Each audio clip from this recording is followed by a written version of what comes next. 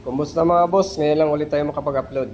Ito mga boss, available ngayon kay Japan Portal. Canon DLK ADX na Cyclocross size 54. Aluminum frame, carbon naman yung fork. Mechanical disc brake. Naka-disc brake na to mga boss. Maganda. Naka 1x seat up pala to mga boss. Ultegra 1x11 speed. Naka 105 naman yung RD niya. Sa STI niya, Ultegra na din mga boss. Ultegra. At wala nga lang hood to mga boss. Wala namang problema sa hood. Madaling hanapan yan. SMP. Sili SMP naman sa saddle niya. Ito lang din yung issue. Maganda mga boss. Yung size niya maganda. Sa wheelset naman niya mga boss, ano na yan, Shimano, naka Shimano RX31. Maganda rin yung wheelset mga boss, naka Shimano na.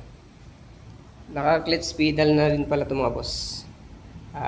Back to back clutch at saka dito hindi, sa kabila.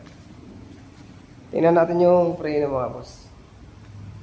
Sa caliper brake niya. Yan yung brand mga boss, maganda. Spire. Maganda mga boss. Itong guhit-guhit na ito mga boss, ang tawag nila dito crack fend. Ayun, crack fend. Maganda mga boss. BB30 na yung bottom bracket niyan mga boss. Solid, napakaganda.